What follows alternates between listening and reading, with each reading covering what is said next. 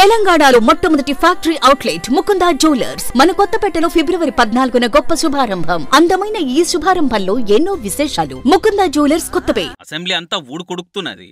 అధికార పక్షం ప్రతిపక్షం మీ తప్పంటే మీ తప్పని ఘోరంగా తిట్టుకుంటున్నారు. ఒకరినొకరు ఏలెత్తి చూపెడుతున్నారు. కాంగ్రెస్ సర్కార్ వచ్చి తెలంగాణ ఆగమైంది అని మొత్తుకుంటున్న బీఆర్ఎస్ పార్టీకి ఎప్పటికప్పుడు ముక్తాడేస్తారు కాంగ్రెస్ పార్టీ ఎమ్మెల్యేలు మంత్రులు. మీ ఇష్టం వచ్చినప్పుడు ఇష్టం వచ్చిన తీరుగా మాట్లాడితే ఎట్లా అని క్వశ్చన్ చేస్తున్నారు. మంత్రి కోమటిరెడ్డి వెంకటరెడ్డి సార్ కూడా ఇదే ముచ్చట నరుచుకున్నాడు. ఎవరు ఒప్పుకున్నా లేకపోయినా సోనియా గాంధీ చేపట్టే తెలంగాణ వచ్చింది అన్నారా లేదా? ఆ స్థానంలో కూర్చొని మీ మా ఒప్పుకుంటు దేవత అని అవయ్య ఇలా చాలా మాట్లాడుతురు కానీ మీ పార్టీ పెద్ద మంచి కేసీఆర్ సార్ సోనియా గాంధీ మేడంను దేవత అన్నడా లేదా అని క్వశ్చన్ చేసిండు. అయ్యాల దేవతైన సోనియా మేడము ఇయ్యాలెందుకు మీకు వేరే తిరిగా కనిపిస్తుందో అర్థమైతే లేదని అడిగిండు. తెలంగాణ వచ్చిందంటే ఇవాళ మనం ఈ బువ్వ తింటున్నామంటే సోనియా గాంధీ మేడమే కదా కారణం. ఆమె లేని తెలంగాణ వస్తుండేనా? కేసీఆర్ ముఖ్యమంత్రి అవుతుండేనా అని ఉల్టా క్వశ్చన్ చేసిండు. దీనికి కేసీఆర్ ఆన్సర్ ఇస్తారా లేక బీఆర్ఎస్ లీడర్లు ఆన్సర్ ఇస్తారా చెప్పాలన్నాడు.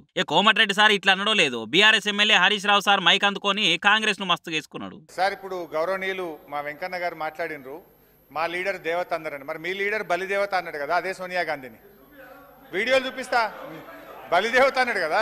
మా లీడర్ దేవత అని అంటే అన్నాడేమో, దాన్ని మేము కాదంటలేము. కానీ మీ లీడరు మీ సీఎం మీ సోనియా గాంధీ మేడాన్ని బలిదేవత అన్నడా లేదా అని లాజిక్ క్వశ్చన్ వేసిండు. అది కూడా కరెక్టేగా సార్? లాజిక్ బాగా సెట్ అయిందని చూసిన అన్నవాటిగా. ఒకరు దేవత అన్నారని ఇంకొకరు బలిదేవత అన్నారని సోనియా గాంధీ మేడాన్ని తెలంగాణ మ్యాటర్లకు బాగానే దింపుతున్నారు. ఆఖరికి ఏం చేస్తారో ఏమో అనుకుంటా ఈ అసెంబ్లీ మీటింగ్లు నిచ్చ చూసిన వాళ్ళంతా అనుకోవాటిగా.